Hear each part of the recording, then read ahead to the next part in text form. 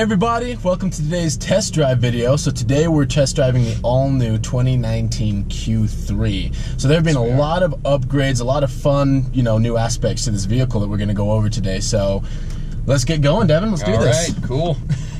Welcome to the 2019 Q3. Everybody's been waiting a long time for this car. So big things here. So it's 3 inches longer, 3 inches wider. So that's huge in terms of size here.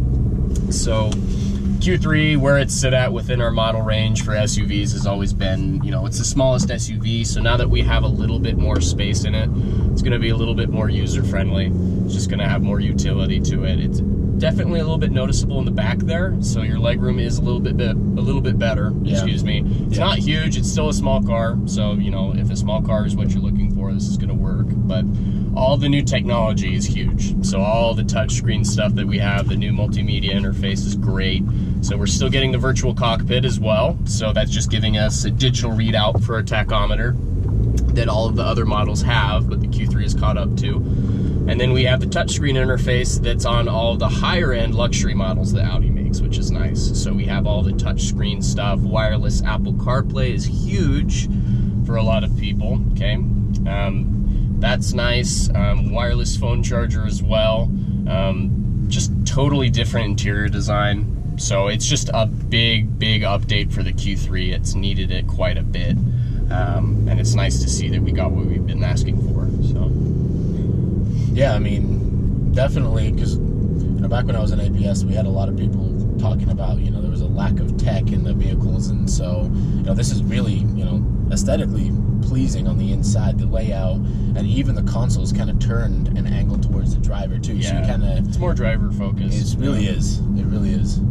Yeah, it's just a sporty little SUV. Another fun thing that they do is you can actually do like this orange kind of Alcantara trim on the front here and on the sides, which is kind of neat.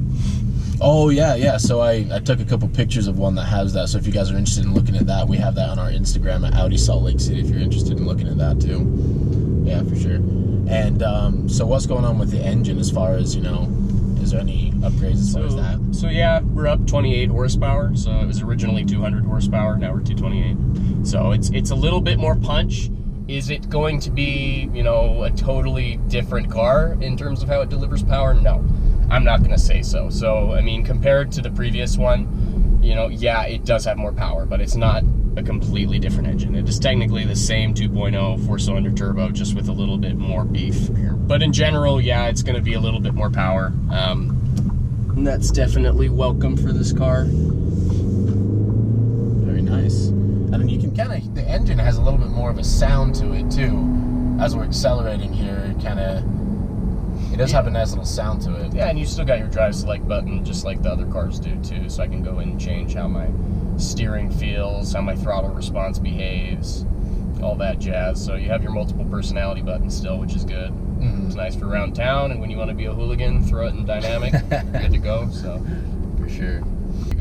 So as far as price points go, where exactly are these starting out at? So they're starting out at around 36. Most of them are going to be built out around like 40, 42.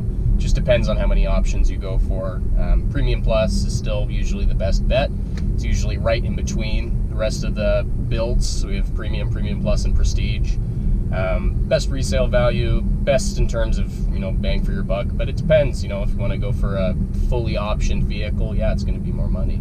But then you're getting your heads-up display, adaptive cruise, stuff of that nature. Okay.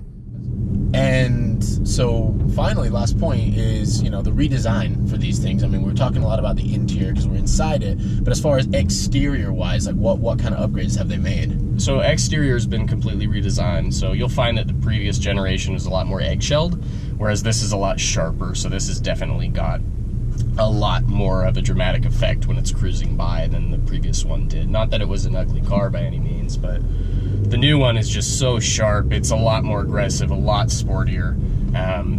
We are doing the fake exhaust thing on the back. That's a normal thing for us. That's the direction we're going. That's just so carbon buildup doesn't, build up like a traditional exhaust does, so the rear end of the car just looks clean all the time. But it's just gorgeous. The new car looks a lot better, and we've got a lot of fun colors too, which is nice. All right, we're back here at HQ. Thank you everybody for tuning in. Thank you, Devin, for doing this test drive with us. And be sure to subscribe and like. Thank you so much. Have a great day.